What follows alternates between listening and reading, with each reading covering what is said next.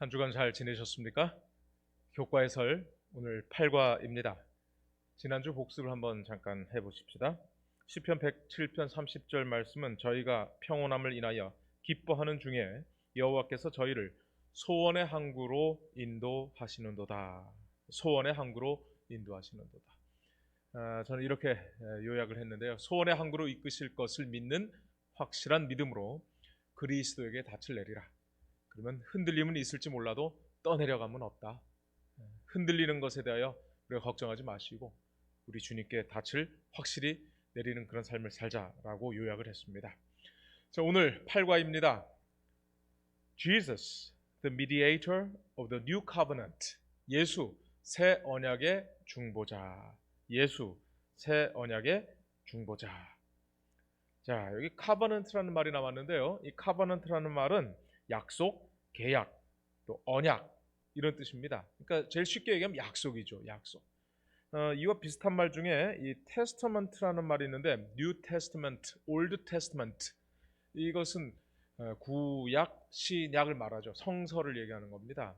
근데 그래서 약속이라는 의미가 testament인데 그렇죠. 구약은 옛날 약속, 신약은 새로운 약속. 뭐 이렇게 우리가 말하죠. 그거와 아주 비슷한 개념에서 커버넌트를 오늘 좀 새롭게 배우겠습니다. 특별히 이것을 새 언약을 계약이라고 하는 의미에서 살펴보면 훨씬 더 의미가 와닿을 것입니다.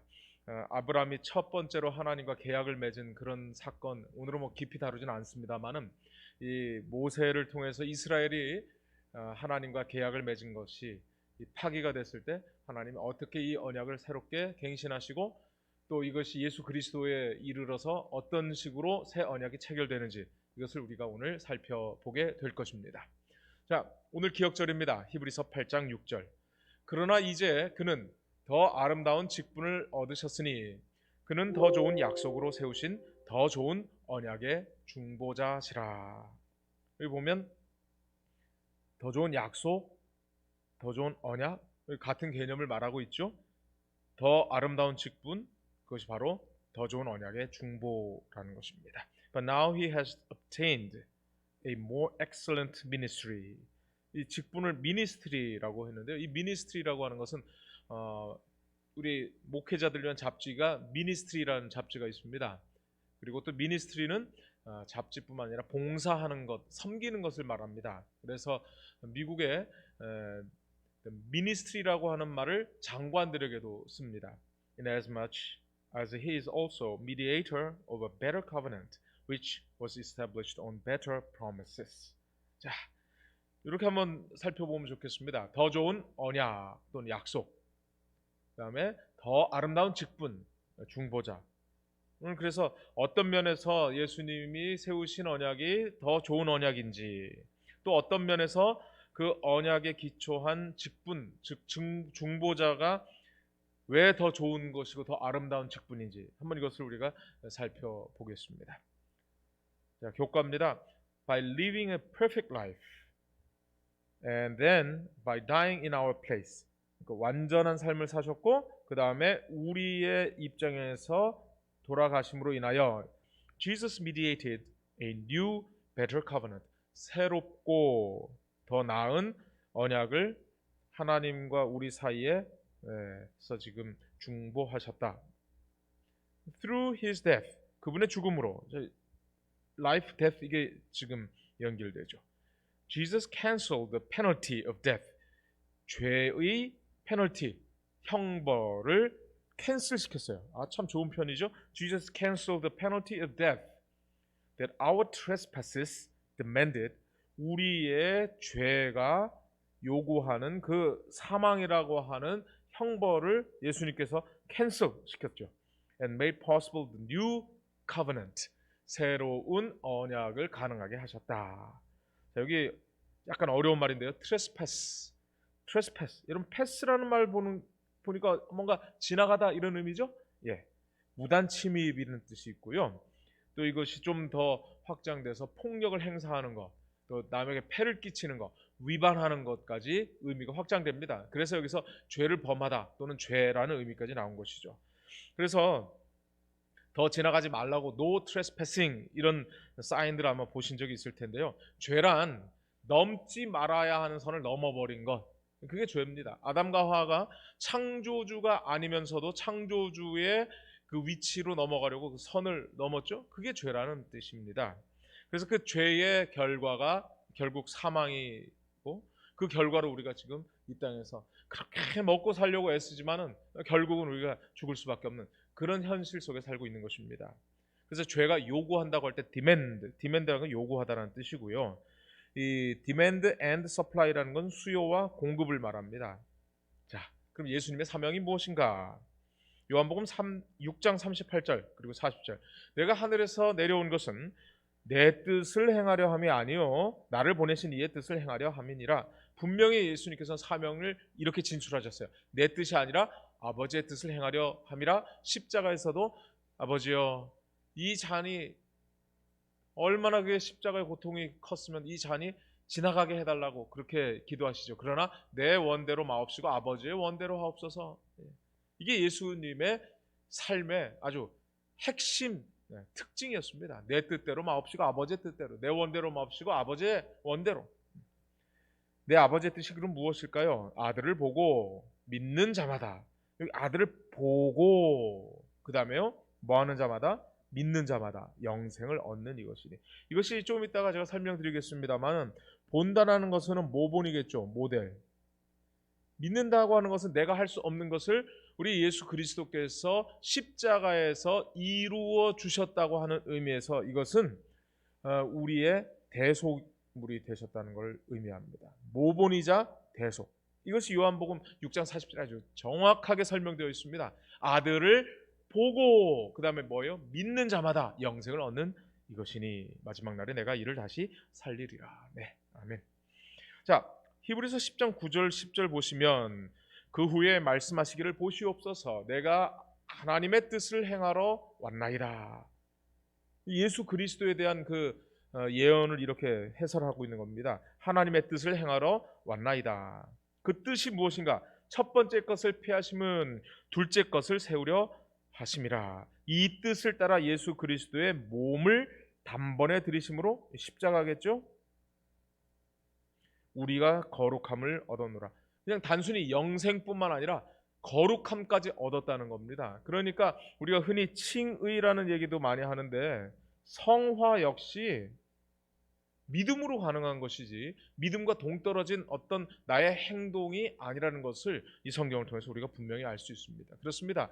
예수님은 하나님의 뜻을 행하러 오셨고, 하나님의 뜻은 우리가 구원을 받는 것이고, 그것 때문에 우리가 예수 그리스도께서 십자가에 달려 돌아가신 것을 보고 믿는 그것이 필요한 겁니다. 이것을 위해서 이 첫 번째 언약이 폐해졌고 두 번째 언약이 세워졌습니다.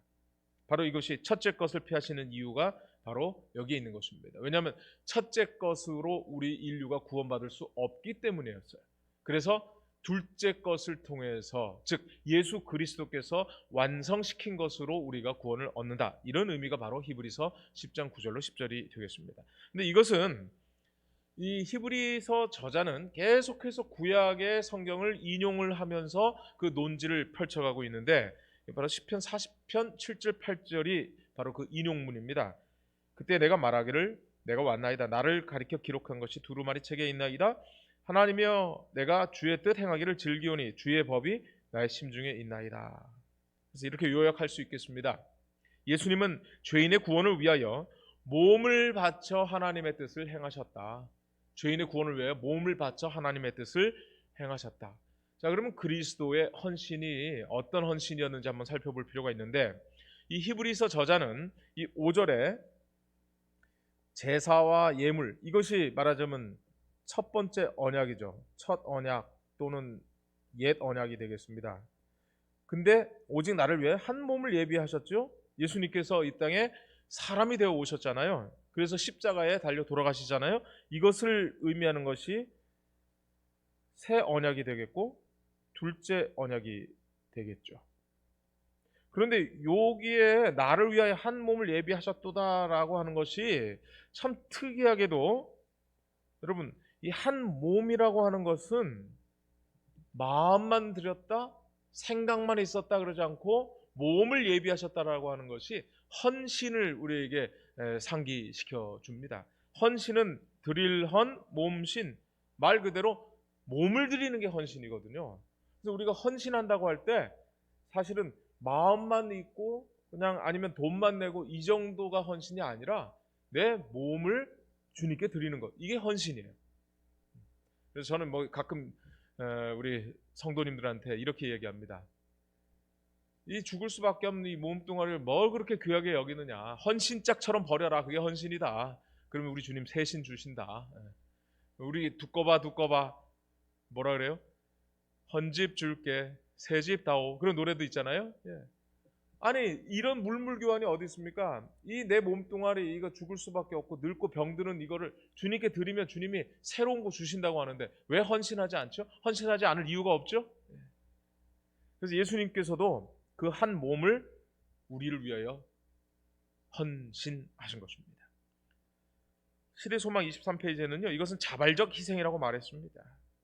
자발적 희생. 그런데 이 멸망하는 우리를 위하여 생명을 주시기 위해 왕위를 아버지께 돌려드리고 우주의 보좌에서 내려오시려 선택하셨다. 그는 나를 위하여 한 몸을 예비하셨도다. 바로 이 히브리서 10장 5절을 설명하면서 예수님이 자발적 희생을 하셨다는 겁니다. 자기 몸을 우리를 위하여 바치셨다는 것이죠. 우리가 그 광채를 보고 죽지 않도록 하기 위하여 그의 영광에 나타나심이 가리워졌다. 이것을 성육신이라고도 얘기하는데요. 예수님께서 이 땅에 태어나셨을 때 정말 조금이라도 그 우주의 왕으로서의 어떤 광채가 비치지 않도록 예수님은 철저히 낮아지셨어요. 보통 사람으로 오신 정도가 아니라 가난하여 말구유에 태어나시는 정말 그런 치욕도 감당하셨죠. 그것은 바로 철저하게 하나님의 신성을 가리기 위함이었어요. 그리고 예수님은 그때부터 돌아가시기까지 단 한 번도 자기의 능력을 발휘하지 않고 늘 하나님께 기도하면서 하나님의 은혜와 하나님의 능력을 간구하면서 우리를 위하여 사셨습니다. 그것이 예수님의 모본이셨던 것입니다. 그래서 이 한 몸을 예비하셨다라고 하는 말이 히브리서의 이 기자는 시편 40편 6절을 인용했는데 여러분 잘 보십시오. 나를 위하여 한 몸을 예비하셨다. 내 귀를 통하여 내게 들려주시기를. 아니 인용을 하려면 똑같이 인용을 해야 되는데 뭐가 좀 다르지 않나요? 달라도 너무 다르죠? 이게 참 이럴 때마다 우리가 난감한 것입니다. 요즘같이 표절 문제가 있었으면 아마 히브리서 기자는 표절 문제 정도가 아니라 이거는 오용, 잘못 무단 도용한 것, 이런 여러 가지 문제가 걸릴 텐데요. 여기에는 깊은 뜻이 있습니다.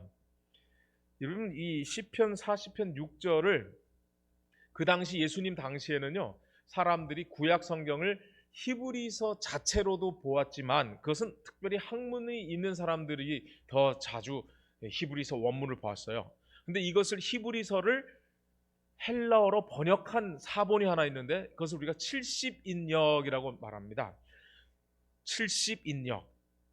그래서 셉투아진트 70인역에 의하면 이게 시편이 39편에 곡에 40편이 39편에 있는데 여기 보시면 거기 아주 재미난 말이 있어요.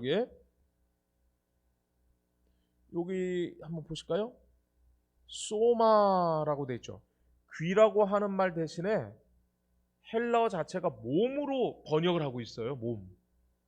그러다 보니까 이 당시에 히브리서 기자는 우리가 바울이라고 생각합니다만은 바로 이 셉투아진트 70인역을 인용한 것이지 그 당시에 헬라어 원문, 히브리어 원문으로부터 보지 않았다라는 걸 우리가 이걸로 유추할 수 있겠습니다. 근데 이게 왜 중요하냐면 그 당시에 구약 성경이 수천 년간 내려오면서 이 70인역을 만들 당시에 이 번역자들이 이 귀를 몸이랑 동일하게 생각했다는 겁니다. 자, 이걸 한번 좀 더 설명해 보겠습니다. 여러분 사무엘상 15장 22절입니다. 사무엘이 이르되 여호와께서 번제와 다른 제사를 그의 목소리를 청종하는 것을 좋아하심과 같이 좋아하시겠나이까? 순종이 제사보다 낫고. 여러분 청종 순종 다르죠. 근데 이 말은 사실은 똑같은 말입니다. 샤마. 혹시 쉐마라는 것 많이 들어보시지 않았어요? 쉐마? 이스라엘 백성들이 굉장히 중요하게 여기는 게 쉐마인데요. 이것은 이스라엘아 들으라. 신명기 6장에 있는 말씀을 흔히 쉐마라고 합니다. 왜냐하면 들으라에서 온 말이기 때문에 그래요. 그래서 이 청종이라는 말은 우리말로 청종, 순종으로 번역되어 있어서 약간 헷갈릴 수 있습니다만, 이거는 그의 목소리를 듣는 것을 좋아하신 것 같이 좋아하시겠나이까? 듣는 것이 제사보다 낫고. 이게 똑같은 말이에요. 그러다 보니까 우리가 참 많이 놓치는 게 있는 것 같아요. 그래서 제사보다 낫고 듣는다고 하는 카샤브라는 말이 있는데, 이게 지금 듣는 것을 계속 강조하고 있잖아요.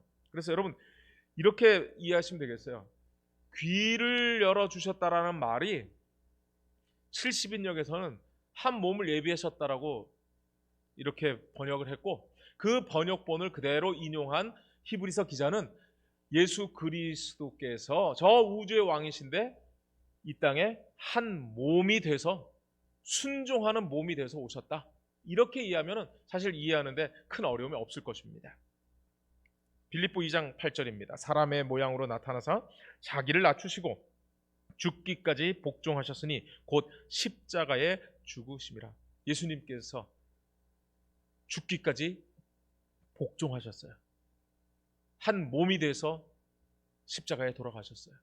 그것은 바로 하나님께 귀를 열고 하나님의 말씀에 귀 기울이고 육신적으로나 주변의 환경에 귀 기울이지 않고 오직 하나님께만 귀 기울인 결과가 바로 십자가에 죽기까지 복종하신 것입니다.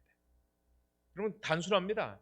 우리가 귀를 기울이지 않으면, 하나님의 말씀을 듣지 않으면 우리가 헌신할 수 없습니다. 우리 몸을 하나님께 바칠 수 없습니다. 순종할 수 없는 것입니다. 이런 개념으로 좀 이해하시면 좋겠습니다. 사실 저도 이것 때문에 아주 고민을 많이 했어요. 근데 이렇게 이해하니까 아주 성경 전체의 주제와 딱 떨어지는 것을 느끼게 되었습니다. 자, for Paul, 바울에게 있어서 this psalm, 그러니까 시편 40편이죠. acquired special significance with the incarnation of Jesus. 예수님의 성육신의 아주 특별한 의미를 찾게 된 거예요. 이 시편 40편에서 Jesus embodied the obedience of the new covenant. 새 언약의 순종을 예수님께서 이제 순종을 하셨죠. 그다음에 그래서 우리의 뭐가 된 거예요? example. 오늘 예수님께 배워야 될 것은 순종입니다. 자기를 낮추고, 예수님은 자기에게 신적 권한이 있었고 능력이 있었는데 그걸 단 한 번도 사용하지 않고 늘 순종하면서 하나님 말씀에 귀 기울였고 하나님으로부터 능력을 받아서 사셨죠. 이것이 바로 우리가 본받아야 될 모본인 것입니다. 우리의 승리의 비결은 예수님처럼 내 자신을 낮추고 하나님께 귀 기울이는 것, 이것이 승리의 비결인 것이죠. We have been saved. 구원받았는데요, not only because of his death, 그분의 십자가 죽음 때문만이 아니라 also because of his perfect obedience, 그분의 완전한 순종 때문에 우리가 구원받았다, 이렇게 설명하고 있습니다. 여러분 성경에 요시야 왕이 나옵니다. 개혁자입니다. 성전에서 hil기야 제사장이 율법을 발견합니다. 그때 요시야 왕은 옷을 찢고 정말 온 백성들에게 하나님의 말씀에 귀 기울일 것을 강조합니다. 여러분 여기서 이 두 사람의 인물이 왕과 제사장의 역할을 하지 않습니까? 자, 이 어떤 역할을 했는지 한번 열왕기하 23장 3절에서 보겠습니다. 왕이 단 위에 서서 여호와 앞에서 언약을 세우되, 여기 보니까 언약을 세웁니다. 계약을 맺는 것입니다. 뭐라고 계약을 맺었냐면 마음을 다하고 뜻을 다하여 여호와께 순종하고 그의 계명과 법도와 율례를 지켜 이 책에 기록된 이 언약의 말씀을 이루게 하라. 언약의 말씀을 발견하고 또다시 언약을 세웠습니다. 이걸 갱신한 것이죠. 그때 백성들이 뭐라고 해요? 백성이 다 그 언약을 따르기로 하니라. 개혁의 시발점입니다. 하나님의 말씀으로 돌아가는 것입니다. 우리가 언약을 어긴 것, 약속을 지키지 않은 것에 대하여 하나님께 회개하는 것입니다. 그리고 그 언약을 따르기로, 그 언약을 지키기로 맹세함으로부터 개혁이 일어납니다. 그럼 반대로 타락은 어디서부터 일어나는 걸까요? 하나님의 약속을 믿지 않고 하나님의 약속을 깨트리는 데서부터 타락이 오는 것이겠죠. 자, 이렇게 한번 정리해 보겠습니다. 히브리서의 왕 같은 제사장 예수 그리스도께서 완전한 순종의 모범을 보여주셨고 그분이 희생하셨어요. 그걸 통해서 새 언약을 세우시고 우리를 위하여 이제 중보하신다. 이게 지금 오늘 교과의 핵심 내용인 것입니다. 여러분, 안식일 그 제일 첫 번째 소지가 사실 쉽지 않아요. 여러분, 이 앞부분을 잘 읽고 연구하고 기초를 쌓지 않으면 그 이후의 그 내용들이 왜 그런지 뭐 대충 좋은 말씀이구나 이 정도로 끝이고 거기에 깊은 의미를 발견하지 못하게 됩니다. 그래서 이 아주 간단하게 쓰여져 있는 이 안식일 그 부분 여러분 열심히 깊이 연구하시기 바랍니다. 자, 이제 일요일입니다. 새 언약의 필요성, the need of a new covenant. 왜 언약이 새로 필요한가? 히브리서 7장 11절 12절입니다. 레위 계통의 제사 직분으로 말미암아 온전함을 얻을 수 있었으면 백성이 그 아래에서 율법을 받았으니 어찌하여 아론의 반차를 따르지 않고 멜기세덱의 반차를 따르는 다른 한 제사장을 세울 필요가 있었느냐? 이게 지난과에서 배웠죠? 예수님은 레위 계통이 아니에요. 유다 지파입니다. 그리고 세습되어야 되는데 그 아버지도 제사장이 아니었고 더군다나 그 아버지는 누구예요? 요셉인데 요셉하고는 단 한 방울의 피도 섞이지 않은 관계였죠. 이 예수는 바로 하나님이 아버지셨어요. 그래서 하나님께서 세우신 특별한 제사장이었습니다. 그래서 제사 직분이 바뀌었은즉 뭐도 바뀌어야 된다는 거예요. 율법도 바꾸어져야 된다는 겁니다. 여기서 굉장히 중요한 것을 우리가 배워야 되는데 율법이 패했느냐 패하지 않았느냐 논쟁은 사실 어떤 관점에서 바라보느냐에 따라서 그 문제가 해결이 되는 것입니다. 바로 예수 그리스도께서 제사와 관련된 그 율법이 바뀌어야 된다는 거예요. 왜냐하면 예수님이 진정한 의미에서 하나님의 아들로서 왕 같은 제사장이 되었기 때문에 이제는 사람 레위 계통의 제사 직분으로 할 수 없는 그 율법이 새 언약으로 나타나야 된다. 이런 뜻입니다. According to Hebrews, 히브리서에 의하면 the fact that Jesus was appointed priest, 예수님이 제사장으로 임명된 것은 뭐 때문에요? 멜기세덱의 반차를 따름이었는데 이 사실이 implied that a new covenant had been inaugurated. 그 새 언약이 체결된 것을 의미하는 것이다. The old covenant had been given on the basis of the Levitical priesthood. 그러니까 옛 언약은 레위 계통의 제사장을 기반으로 세워진 것이라면, 그렇죠? 이 새 언약은 레위 계통이 아닌 멜기세덱의 반차를 따른, 즉 아버지가 누군지도 모르고 하나님의 아들과 방불한 이 멜기세덱처럼 하나님을 아버지로 모시는 예수 그리스도로부터 이 새 언약이 체결됐다라는 것이죠. 여기 보시면 the law excluded anyone else from the priesthood. 이건 뭐냐면 그 제사장 그 율법에 의하면 이 제사장직은 아무나 할 수 있는 게 아니었어요. The author concludes 뭐라고 결론 내리냐면 then that the change of priesthood 이 제사장직의 변화는 implies a change of the law of the priesthood 제사장 직분에 관련된 법의 변경을 의미하는 것이지 도덕법을 변경시키라는 그런 의미가 절대 아니에요. 살인 마음대로 해도 되나요? 아니죠. 간음 마음대로 해도 되나요? 아니죠. 이것은 제사 직분과 관련된 법이 변경되어야 된다라는 의미입니다. As well as the change of the covenant 언약의 변화도 아울러 이루게 되었다. excluded 는 제외하다, 배제하다 이런 뜻입니다. 또 내쫓다라는 말도 있어요. 이거 반대말은 include예요. include라는 건 포함시키다라는 거죠. 내포하다, 함유하다. 이게 형용사 exclusive고요. inclusive는 또 포괄적인 포함된 폭넓은. 그래서 exclusive는 배타적인 독점적인 전용의 이런 의미가 있습니다. 그래서 VIP들이 가는 데는 exclusive예요. 왜냐하면 거기는 아무나 못 가거든요. 배타적이죠. 자, 성소의 역사를 좀 살펴볼 필요가 있습니다. 여러분, 부조 시대에 제단을 쌓는 성소가 있었고요.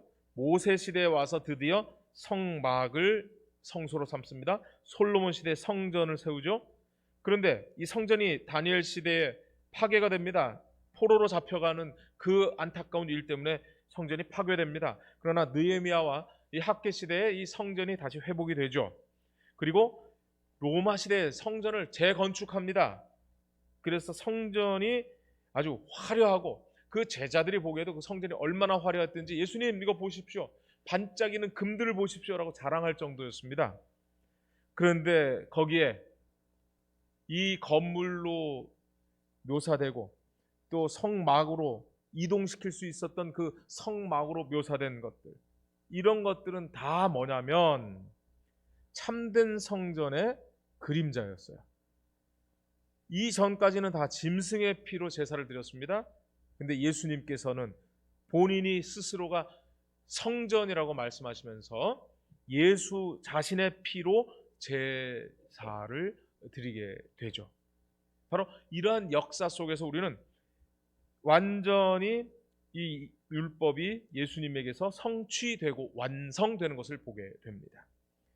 자, 여기 보시면 the fact that a new covenant was necessary, 새 언약이 필요한 이유는 does not mean that God was unfair with Israel. 그러니까 이스라엘 백성들은 옛날 거 주고 지금 믿는 사람들한테 새 것 주고 그러니까 불공평한 거 아니냐라는 의심이 들 수 있겠죠. 근데 이렇게 얘기합니다. The Levitical ministry, 레위 직분이 제사장 직분이겠죠. And the services, 섬기는 일은 뭐예요? 이게 were designed to protect them from idolatry, 우상 숭배로부터 그들을 보호하였고요. And also to point them to Jesus' future ministry, 예수님의 미래 사역을 가리키는 역할을 했기 때문에 이들이 그 손해본 것이나 불공평한 것이 아니었다라고 말하고 있는 것입니다. 그래서 이런 그 과거의 제도를 섀도우, 그림자라고 표현합니다. 자, 정리해 보십시다. 이스라엘 백성들에게 주어진 그 성소 제도는 첫째, 우상 숭배로부터 그들을 보호하는 역할을 했고, 둘째, 이 모든 것을 완성시킬 예수님의 미래 사역을 가리키는 역할을 했던 것입니다. 그런데 안타깝게도 예수님께서 이 땅에 오셨을 때 예수님을 올바로 이해하는 사람들이 별로 없었어요. 아니, 거의 없었어요. 심지어 제자들조차도 예수님을 올바로 이해하지 못했어요. 정말 3년 반 동안 같이 있으면서도 예수님을 잘 몰랐던 것이죠. 여러분 한번 생각해 보세요. 교회 그러면 이 건물 생각하지 않나요? 건물? 성소, 성전 하면 건물을 생각을 하는데 예수님은 자기 육체를 가리켜 성전이라고 말씀하셨어요. 그리고 또 우리가 바로 성령을 모시는 전이라고 하잖아요. 전. 그러니까 개념이 완전히 달라지는 거예요. 자, 우상숭배, idolatry. 뭐 이걸 다른 말로 이렇게 합니다. 이거 한번 좀 보시고요. 우상숭배자를 이렇게 idolatress. 그러면 그 이제 좀 요새는 좀 그러니까 RESS가 들어가면 여성이 되는 경우가 있죠. 호스트, 이거는 이제 사실 주인이라는 뜻이에요. 이것은 주인. 호스테스, 여성으로서 이 뭔가 잔치나 이런 거를 이렇게 주관하는 사람, 호스테스. 근데 호스테스 나쁜 쪽으로 우리가 많이들 쓰죠. 근데 좋은 의미입니다, 사실은. 자, 구원의 역할, 구약의 역할은 무엇인가? 바로 아까 이야기한 대로 그림자입니다. 그림자. 참 형상이 아니죠. 그래서 이 그림자는 그 제사 드리는 사람을 온전하게 할 수 없었어요. 참 예수 그리스도께서 오셔야만 이게 완성되는 것이죠. 갈라디아 3장 24절, 율법은 그리스도께 인도하는 초등교사 역할을 한다 그랬어요. 이 초등교사를 몽학선생, 후견인, 가정교사, 개인교사, 뭐 우리 선생, 가디언이라고도 했고요. 튜터라고도 얘기했습니다. 스쿨마스터라고도 표현했습니다. 그다음 요한복음 5장 39절은 성경의 역할, 이 성경은 그 당시에는 구약이겠죠. 왜냐하면 아직 신약이 쓰여지기 전이니까요. 너희가 성경에서 영생을 얻는 줄 생각하고 성경을 연구하거니와 이 성경이 곧 내게 대하여 뭐 하는 것이다? 증언하는 것이다. 그러므로 성경의 핵심은 예수님이고 이 성경 구약의 역할이 바로 예수님을 증언하는 것이에요. 자, 이걸 이렇게 정리해 봤어요. 히브리서의 그 율법이 그림자 역할을 하고 갈라디아의 율법은 초등교사 역할을 합니다. 요한복음에서 이 구약 성경 전체는 예수님을 증언하는 역할을 하고요. 히브리서 7장 11절의 제사법은 바로 레위 제사장이 바로 어떤 일을 하는지를 보여줍니다. 그 초점은 바로 참 형상 그리스도를 가리키는 거죠. 멜기세덱의 반차를 따른 예수 그리스도 대제사장이죠. 목적은 바로 우리를 온전케 하는 것입니다. 영생을 주는 것입니다. 이렇게 보니까 율법의 역할이 무엇인지 분명해집니다. 바로 율법은 예수 그리스도를 증언하는 것이고 예수님은 우리를 온전케 하시는 일을 하신다. 네. 로마서 10장 4절이 바로 이것을 아주 정확하게 설명하고 있습니다. 그리스도는 모든 믿는 자에게 의를 이루기 위하여 율법의 마침이 되시느니라. 율법을 완성시키는 겁니다. 율법을 종결하는 것이죠. 율법의 끝이 되십니다. 쉬운 말은 율법을 온전히 이루어 주셨다라고 얘기합니다. 영어 성경들은 the end라고 합니다. the end. 영화 딱 지나가고 나면 끝에 자막이 오르죠. the end. 정말 눈물 없이 볼 수 없는 이 모든 대쟁투가 영화처럼 딱 끝나면은 십자가에서 예수님이 다 이루셨다 할 때 뭐예요? the end라는 거예요. the end. 그리고 NIV는 culmination, 절정이다. 또 goal, 목표다. 이렇게 표현했어요. 아주 이게 다 그 의미인 겁니다. 율법의 마침. 그러므로 예수님이 이렇게 말씀하십니다. 내가 율법이나 선지자를 폐하러 온 줄로 생각지 말라. 폐하러 온 것이 아니요. 어떻게 한다는 거예요? 완전하게 하려 합니다. 과거에 주어진 율법이 필요 없던 게 아니에요. 다 중요했어요. 왜요? 예수 그리스도를 가리키는 역할을 하기 때문에. 네. 그래서 완전하게 하는 그 일을 예수님이 하신 거예요. 그리고 이 율법은 없어지지 않고 다 이루어지는 것입니다. 여러분, 우리가 율법을 버려서는 안 되는 것이 그 율법이 누구를 가리키는 거예요? 예수를 가리키기 때문에 여러분 구약 한 개도 버릴 수가 없습니다. 왜냐하면 그 모든 것이 다 예수를 증언하기 때문에. 그런데도 불구하고 율법은 한계가 있었어요. 어떤 한계가 있었을까요? 자, 심지어 십계명이라 할지라도 우리에게 구원을 제공할 수 없다는 거예요. 십계명도 우리에게 구원을 줄 수 없다는 거예요. 여러분 이상하죠? 근데 사실 생각해보면 이거 맞는 말이에요. 여러분 중에 죄 문제가 해결되지 않고 안식을 잘 지키면 구원받을 수 있을까요? 죄 문제가 해결되지 않고 여러분이 살인하지 않으면 구원받을 수 있을까요? 아닙니다. 이것은 모든 것이 구약 성경에서 이집트에서 탈출한 백성들이 홍해를 건너고 침례를 의미하는 홍해를 건너고 그 다음에 시내산에서 율법을 받습니다. 즉 자유자에게 죄 문제가 해결되고 새로운 삶을 사는 사람들에게 율법이 주어지지 죄인들에게 율법이 주어지지 않아요. 죄인들에게는 형벌이 주어지는 것이죠. 그래서 십계명이 죄인들에게 주어진 것이 아니라 이집트에서 탈출한 자유자들에게 주어졌다는 건 굉장히 중요한 의미를 지닙니다. 그리고 십계명을 이 자유자들에게 주신 까닭은 바로 이 십계명이 우리의 살아있는 사람들에게 살 길을 알려주는 가이드라인이지 십계명을 지킨다고 해서 우리가 구원을 받을 수 없다는 것이죠. They provide a perfect standard of righteousness.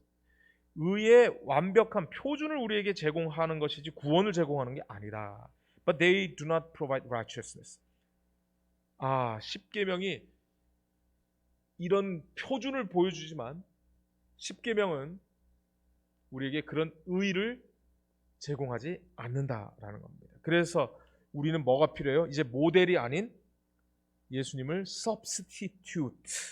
substitute. 예, 바로 우리를 구원하실 뿐만 아니라 대속주로서 돌아가신 우리의 죄 문제를 대신 해결해 주시는 그분이 필요하다는 거예요. 그리고 나서는 우리는 모델을 삼아서 의로운 길을 가야 되는 것이죠. 여러분 그 부자 법관 이야기 아시죠? 계명을 다 지켰다는 거예요. 그런데 예수님께서는 부족한 것을 드러냈어요. 그의 마음에 탐심이 있는 것을 드러냈어요. 여러분 십계명의 맨 마지막에 이웃의 것을 탐하지 말라고 하는 그것도 자기는 지켰다고 착각했던 사람에게 부족한 것을 드러냈어요. 그랬더니 이 사람이 두려워서 예수님을 떠나죠. 예수님이 그에게 말씀하신 것은 바로 사랑하셨기 때문이에요. 사랑하셨기 때문에. 그럼 substitute 바로 대체물, 대용물, 대리자, 교체 선수도 substitute라고 얘기합니다. 그래서 아까 말씀드린 대로 예수님은 우리의 모델이에요. 그런데 그 모델을 보고 의의 표준을 보고 따라간다고 해서 우리가 이만큼을 지키면 구원을 받을 수 있을까요? 아니면 이만큼을 지키면 구원을 받을 수 있을까요? 아니면 이만큼을 지키면 구원받을 수 있을까요? 여러분, 우리의 모델, 우리의 목표, 그게 높으면 높을수록 우리는 좌절할 수밖에 없거든요. 그래서 필요한 게 뭐냐면 substitute, 바로 이겁니다. substitute가 바로 이게 substitute예요. 대신 뛰는 사람, 대타입니다. 대타. 야구에서도 대타가 나와서 홈런 치면 정말 짜릿하지 않나요? 축구에서 대타로 들어간 사람이 꼬링 넣어갖고 이기면 얼마나 기가 막힌 그 반전 드라마가 됩니까? 저는 그래서 이것을 이렇게 좀 정리해봤어요. 믿음이란 나라고 하는 이 차를 이제는 내가 운전하지 않고 대리기사이신 예수님께 열쇠를 드리는 것이다. 예수님을 대리기사라고 하니까 좀 이상하지만요, 영어로 하면 딱 맞아요. substitute. 우리의 substitute가 된다는 거예요. 모델이실 뿐만 아니라 뭐예요? substitute라는 거예요. 그래서 예수님이 내 인생의 차를 몰고 가시도록 하는 거. 이게 믿음이죠. 자, 이제 월요일. 새 언약의 특징이 무엇인가 한번 살펴보겠습니다. New and renewed. 여러분, new라는 것은 새롭다는 뜻인 걸 알고 계시죠? renew는 새롭게 되다라는 거예요. 그래서 갱신, 회복, 재개발, 재생 이런 뜻이 있습니다. 자, 여기 보시면 The promise of a new covenant in Hebrews, 그러니까 히브리서에 있는 새 언약의 약속은 refers back to Jeremiah, 예레미야에게 근원이 있는 것이죠. 그래서 여기 보시면 a renewal of the covenant, 그러니까 이 언약을 새롭게 하고 갱신하는 것은 that he had first made with Israel through Moses, 그러니까 모세를 통하여 체결하신 그 법을 어떻게 하는 거예요? 새롭게 한다라는 의미가 있는 것입니다. 그래서 이 new라고 하는 의미는 리뉴얼이랑 같은 의미다. 그리고 히브리어 하다샤라는 말이 그 두 가지를 다 나타내고 있다. 히브리서 8장 10절, 또 주께서 이르시되 그날 후에 내가 이스라엘 집과 맺을 언약은 이것이니 내 법을 이제는 어디에다 두는 거예요? 생각에 두고 마음에 둔다라고 말하고 있어요. 자, 그러면 출애굽기의 계명, 그 언약은 어떤 것이었나? 언약을 지키면 이런 복을 받는다. 이 제사장 나라가 된다고 하는 말이, 이 베드로가 왕 같은 제사장이라고 할 때 이것을 또 아까 얘기한 70인역에서 인용을 했기 때문에 이 제사장 나라가 이게 왕이랑 좀 약간 다른 단어가 쓰였지만은 요건 뭐 지금 오늘 설명하지 않겠습니다. 어쨌든 언약을 지키면 뭐 하는 거예요? 복을 받는다. 예. 그리고 예레미야는 어떻게 이야기했는가? 새 언약을 맺는데 왜 언약을 맺냐면 언약을 깨트렸기 때문이다. 그리고 33절은 새 언약은 그들의 속에 두고 마음에 기록하여 내 백성이 되는 것. 여기 보십시오. 출애굽기에도 거룩한 백성이 된다. 이 똑같은 축복을 주는 거예요. 바로 하나님과 언약 계약을 맺은 사람들이 계약을 준수할 때에 이런 축복을 받는다는 겁니다. 근데 첫 번째 언약은 어디에다 쓰여졌냐면 돌비에 새겼잖아요. 그런데 예레미야를 통해서 우리 마음에, 우리의 속에 그 법을 두시겠다고 아주 하나님께서 강조하셨어요. 그러니까 이것이 리뉴얼이죠. 리뉴얼, 갱신. 그러면 최초의 법에는 이런 말이 없었을까요? 신명기는 이미 돌비에 새기면서 이것은 돌비에만 새길 것이 아니라 어디에 새겨야 된다는 걸 알려주고 있냐면 마음에 새기라는 거예요. 마음에 새기라. 그리고 자녀에게 가르치라는 것이죠. 그러니까 돌비에 새긴 것은 돌비에만 새기는 것으로 끝이지 않고 우리의 마음에 새겨야 했던 것입니다. 그래서 이렇게 정리하면 하나님을 사랑하려면 말씀을 어디에 새겨야 되는 것입니까? 마음에 새겨야 하는 것입니다. 하나님을 사랑하려면 말씀을 마음에 새기는 것입니다. 그런데 인간의 한계가 있어요. 내 마음은 그렇지만 하나님 뜻대로 우리 사는 게 참 쉽지 않잖아요. 보십시오. 출애굽기 19장에서 언약 체결하기에 앞서서 모세가 말합니다. 그랬더니 백성들이 일제히 응답하여 이르되 여호와께서 명령하신 대로 우리가 다 뭐 한다는 거예요? 행하리이다. 여러분, 아마 이 사람들의 마음은 거짓이 아니었을 거예요. 진심이었을 거예요. 내가 하나님의 언약, 하나님의 명령, 하나님의 말씀 다 지켜야지. 그런데 광야에서 그들은 그렇게 하지 못했어요. 실패했어요. 언약을 깨뜨렸어요. 그랬을 때 모세는 신명기를 통하여 이런 말씀을 주십니다. 내 하나님 여호와께서 내 마음과 내 자손의 마음에 할례를 베푸사. 여러분, 할례는 우리가 몸에 베푸는 거라고 생각했잖아요. 그런데 이미 모세오경에서 분명히 말합니다. 할례는 어디다 베푸는 거다? 마음에 베푸는 것이다. 그 다음 참 중요합니다. 너로 마음을 다하며 뜻을 다하며 내 하나님 여호와를 사랑하게 하사 너로 생명을 얻게 하실 것입니다. 여러분, 할례를 베푸는 것도 누구예요? 마음의 할례를 베푸는 것도 우리 하나님이십니다. 마음을 다하며 뜻을 다하며 내 하나님 여호와를 사랑하게 하사, 사랑하게 하시는 분도 하나님이십니다. 생명을 얻게 하시는 분도 하나님이셔요. 그래서 언약은 여러분, 이스라엘 백성들이 우리가 다 행하리이다 결코 행할 수 없는 것인데 신명기에서 모세는 그것을 인간으로서 불가능한 것을 해 주시겠다고 약속하신 거예요. 그러므로 우리가 몸에다가 할례를 베풀면 그 다음에는 하나님이 내 마음에 할례를 베푸시고 하나님을 사랑하게 해 주실 뿐만 아니라 생명을 얻게 해 주시는 겁니다. 몸에 할례를 베푸는 것이 바로 헌신이요, 그것이 순종이죠. 그래서 예수 그리스도께서 이제는 내 마음에 역사하시는 겁니다. 그리고 예수 그리스도의 또 다른 보혜사 성령께서 우리 마음에 역사하시는 것이죠. 그래서 그의 말씀이 내게 매우 가까워서 내 입에 있으면 내 마음에 있은즉 내가 이를 행할 수 있느니라. 그렇습니다. 말씀이 어디에 들어가야 되냐면 매우 가까워서 마음에 있어야 돼요. 시편 말씀도 1절 2절 1장 2절 여호와의 율법을 즐거워하여 율법을 주야로 묵상할 때에, 그렇습니다. 오늘 우리의 마음에 말씀을 집어넣는 일을 하는 것이 바로 육체의 할례 베푸는 일이라면 말씀이 들어오면 그 말씀이 우리를 하나님의 뜻대로 행하게 하시는 것은 바로 하나님의 일인 것입니다. 자, 그런 의미에서 God promised to do a new thing. 새로운 일을 하시겠다고 약속하셨어요. 이 새로운 일이 뭔가? 반역한 따라 내가 어느 때까지 방황하겠느냐? 여호와가 새 일을 세상에 뭐 하신다는 거예요? 창조한다는 말을 썼어요. 이 창조한다는 바라인데요. 바라라고 하는 단어는 하나님과만 관계돼서 성경에 사용되었다고 합니다. 그러니 새 일을 행하는 것은 우리의 일이 아니에요. 우리의 힘으로 할 수 있는 일이 아니에요. 이건 하나님만 할 수 있는 일입니다. 그래서 하나님은 God did not change His law or lower His standards. 하나님은 그분의 율법을 변경시키지 않았다는 거예요. 또 그 도덕적 표준을 어떻게 낮추지도 않았다는 거예요. 그 대신 instead He sent His Son as a guarantee of the covenant promises. 언약이라고 하는 이 약속을 보증하는 분으로서 예수 그리스도, 그분의 아들을 보내셨다. 이걸 좀 이따 이제 더 설명할 것입니다. 옛 언약과 새 언약을 한번 비교해 보시면 분명하죠?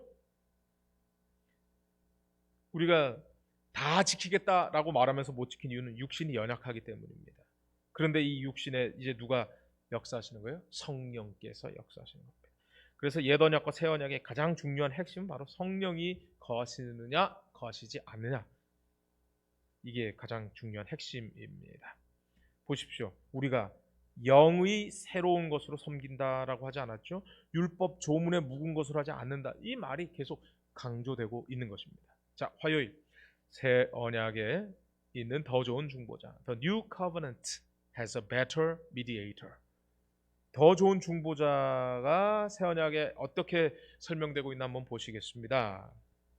여러분, 이 메스테스라고 하는 그리스 헬라어는 이 메소스, 즉 중간이라고 하는 말에서 나왔는데, 이 양쪽의 중간에 있다는 겁니다. 사실 이거는 그 아브라함이 하나님과 제일 처음 언약을 체결할 때, 베리트 할 때 그 짐승을 쪼개 갖고 그 가운데로 지나가잖아요.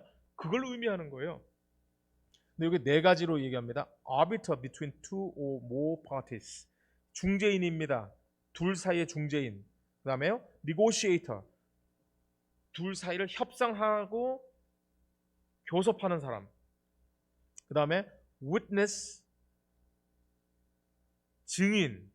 그 다음에 네 번째, surety. surety는 보증이라는 뜻이거든요. 보증. 근데 이 영어의 mediator는요, 중재자, 뭐 조정관, 매개자 이런 뜻은 있지만은 이 surety, 이 중간에서 이거 뭐 다 이런 역할을 하지만 보증이라고 하는 말은 사실 영어 의미에 없거든요. 그렇잖아요. 우리도 중보자 그러면은 보증 선다라는 말이 없잖아요. 그런데 이 성경에서 특별히 이 중보자는 뭐까지 하신다는 거예요? 보증까지 하신다는 거예요. 여러분 혹시 보증서 보셨나요? 보증 잘못 썼다가 아주 곤경에 처한 경우도 가끔 보지 않습니까? 그래서 우리가 누구한테 보증 서달라 그러면 참 꺼려지는 것입니다. 근데 예수님이 이제 우리의 보증이 되시겠다는 거예요. 보증 서 주신다는 얘기예요. 감사한 일인가요? 놀랍죠. 감사한 일이죠. 그래서 여기 보시면 Jesus is the guarantor. 이 보증이 되신다는 뜻이거든요. 보증인 who took upon himself all the legal obligations. 그러니까 법적인 의무를 다 지겠다고 하시는 이 보증인이 되셨다는 거예요. 자, legal 법적이다, 합법적이다 이런 뜻이고요. 요거 L이 아니라 R이 들어가면은 regal. 그러니까 R 발음할 때는 우자처럼 입을 또 크게 낸 다음에 그 다음에 혀를 살짝 말아서 천장이 입에 천장에 닿지 않도록 하면은 regal 이렇게 됩니다. legal은 L이 딱 붙어야 돼요. legal. 이건 제왕의 이런 뜻입니다. 그럼 보아스가 킨스맨, 즉 기업물을 자였죠. 근데 보아스도 생명을 주지는 못했잖아요. 보아스도 재산을 나눠주는 역할을 했죠. 그런데 새 언약의 중보자 예수님은 하늘 보좌를 포기하시고 왕이신데도 포기하시고 이 땅에 오셨어요. 그리고 자신을 제물로 드린 제사장이었어요. 이것이 바로 히브리서가 이야기하고 있는 더 좋은 중보자, 새 언약의 더 좋은 중보자가 이런 의미입니다. 보십시오. 그러므로 자기를 힘입어 하나님께 나가는 자들을 온전히 구원하실 수 있으니 이는 그가 항상 살아계셔서 그들을 위해 간구하심이라. 그다음에 28절, 율법은 약점을 가진 사람들을 제사장으로 세웠거니와 율법 후에 맹세하신 말씀은 영원히 온전하게 되신 아들을 세우셨느니라. 그러므로 우리 예수 그리스도께서는 더 좋은 중보자 그리고 보증인이 되신 거예요. 그래서 오늘 우리가 하나님하고 계약을 맺을 때는요, 예수 그리스도가 연대 보증을 쓰시는 거예요. 우리를 대신하여, 우리의 substitute로서. 참 놀라운 의미가 있죠. 자, 이제 수요일 새 언약에 있는 더 좋은 약속. The new covenant has better promises. 어떤 약속이 좋은 약속인지 한번 볼까요? 자, 여기 보시면 이 better promise라고 하는 것은 우리가 뭐 옛날에 구약 시대 사람들보다 진짜 아주 기가 막히게 더 어떤 좋은 면이 있고 더 장점이 있고 이렇게 생각하기 쉬운데 the truth is that God offered the same rewards to the Old Testament believers as He has offered us. 우리에게 제공한 것이나 아니면 구약 시대 믿는 사람들에게 제공한 것이나 똑같은 보상을 주신다는 거예요. 어떤 보상을 주셨을까요? 네, 그거 좀 이따 살펴보고요. 그래서 더 좋은 약속이라고 하는 의미는 다른 종류의 약속이다. 이렇게 이 책의 저자가 설명하고 있습니다. 자, 어떤 보상을 받을 수 있을까요? 바로 이거죠. 더 나은 본약을 사모하니 한 성을 예비하셨느니라. 계시록시 21장에도 한 거룩한 성 새 예루살렘이 이제 우리에게 나오고 이제 그 성에서는 우리 하나님과 우리가 아무런 거리낌 없이 영원을 살게 될 것입니다. 자, 그럼 영생의 조건이 있는데요. 영생의 조건은 너희는 내 규례와 법도를 지키라. 사람이 이를 행하면 그로 말미암아 살리라. 그런데 문제가 생겼죠. 이를 행할 능력이 우리에게 사라진 겁니다. 죄인에게는 율법으로 죄를 깨달을 수는 있습니다. 선악과가 뭐예요? 옳고 그른 거를 판단할 수는 있게 됐어요. 그런데 행할 능력이 없어진 것이 바로 우리 죄인의 상태죠. 곧 예수 그리스도를 믿음으로 말미암아 모든 믿는 자에게 미치는 하나님의 의인이 뭐가 없다? 차별이 없다. 그러므로 과거에 모세 시대 아니면 그 이전 사람들이라 할지라도 그들이 받은 언약에는 차별이 없는 것입니다. 그런데 요거를 오늘 우리에게는 어떤 그러면 더 좋은 약속이 되는가? 바로 이걸 우리가 알기 때문에요. 옛날엔 율법을 행함으로 말미암아 구원을 받을 수 있다고 우리가 배웠는데 알고 보니 행할 수 없는 우리에게 진짜 좋은 소식이 있는데 바로 예수님 때문이라는 거죠. 예수 믿음으로 말미암아 구원 받는다는 겁니다.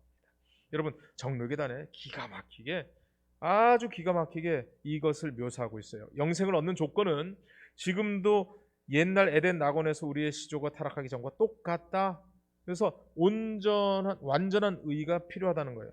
그러나 우리는 스스로 율법을 지킬 수 없기 때문에 그리스도께서 우리를 위하여 피할 길을 열어주셨다. 그럼 더 좋은 약속을 이렇게 설명하겠습니다. 요한복음 15장 5절입니다. 나는 포도나무요 너희는 가지라. 그가 내 안에 내가 그 안에 거하면 사람이 열매를 많이 맺나니 나를 떠나서는 너희가 아무것도 할 수 없습니다. 즉 예수 안에 이 모든 게 다 해결됐다. 예수님이 보증을 서주셨다. 예수님이 이루어 주신다. 이게 가장 좋은 약속이라는 거예요. 모세도 아마 이걸 잘 몰랐을지 몰라요. 아마 우리는 신구약을 통해서 예수님의 십자가를 전해 들은 사람이기 때문에 나를 떠나서는 아무것도 할 수 없다고 하는 이 언약에 정말 좋은 것을 우리가 배우게 된 것입니다. 이것을 좀 어려운 말로 엔크리스토라고 합니다. 인 크라이스트입니다. 더 좋은 약속은 다른 약속이 아니라 예수입니다. 예수가 가장 좋은 약속이죠. 근데 그 예수를 모세조차도 직접 만나지 못한 것이죠. 구약의 사람들이 예수를 못 만났어요. 근데 정작 예수님이 이스라엘에 왔는데 유대인들은 예수님 거절했잖아요. 그러나 우리는 말씀을 통하여 예수님을 이제 영접하여 하나님의 자녀가 되는 권세를 얻게 된 것입니다. 이제 마지막 목요일입니다. 새 언약이 마음 문제를 해결함. The new covenant has solved the problem of the heart. 여러분, 마음을 지키라고 했어요. 그런데 마음에는 원이지만 육신이 약한 것이 우리의 문제 아니겠습니까? 예전에는요, 하나님께서 그 돌비에다가 이것을 새겨놓고 이것을 하나님의 그 성소 언약궤 안에 두셨잖아요. 그래서 documents written in stone, 돌에 이렇게 새겨진 문서는 however could be broken. 그래도 깨질 수가 있어요. And scrolls, as Jeremiah had experienced, could be cut up, 찢어지고 불탈 수도 있죠. And burned. 돌비는 모세의 성막에 이제는 그러면은 깨지지 않는 마음에 하나님의 법이 새겨지는 겁니다. 이 마음은 바로 성령의 성전이 되겠죠. 자, 여기 보시면 이 마음이라고 하는 것을 the heart refers to the mind. mind는 정신이거든요. 생각. The organ of memory. 기억을 담당하고 있죠. 또 the conscious decisions are made. 우리가 의식적으로 어떤 것을 결정하는 그것이 바로 생각이잖아요. 이걸 우리가 또 마음이라고도 표현하는데, 자, 이걸 한번 보면 it also and more important, 더 중요한 것이 뭐냐면 was to bring about a change in the heart of the nation. 이 이스라엘 민족의 마음의 변화를 이끌어내는 그 역할이 바로 약속이라는 거예요. bring about, 초래하다, 야기하다.